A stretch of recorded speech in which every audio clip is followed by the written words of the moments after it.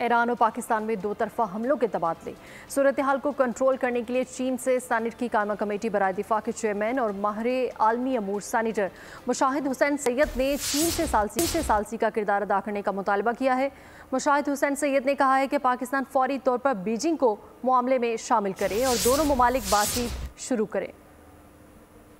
ایران نے کیا پاکستان کی سرزمین پر، انہوں نے کہا کہ جیش العدل کے اڈے ختم کیے، ہم نے کیا BLA کے اڈے ختم کیے، تو یہ تو تسلیم ہو گیا نا کہ دونوں سرزمین میں کچھ ایسے عناصر بیٹھے ہیں جو دہشت گرد ہیں اور جو دونوں کی سرزمین استعمال کرتے ہیں ایک دوسرے کے خلاف۔ تو یہ مسئلے کا حل ہمیں چاہیے کہ جڑ سے اس کو اکھاڑ دیں۔ میں تو سمجھتا ہوں کہ ہمارے لیڈرز کو فوراً بیجنگ کال کرنا چاہیے کہ آپ ہمارے دوست ہیں، ان کے بھی دوست ہیں، اور آپ پل کا کردار ادا کریں تاکہ یہ مسئلہ ٹھنڈا ہو جائے۔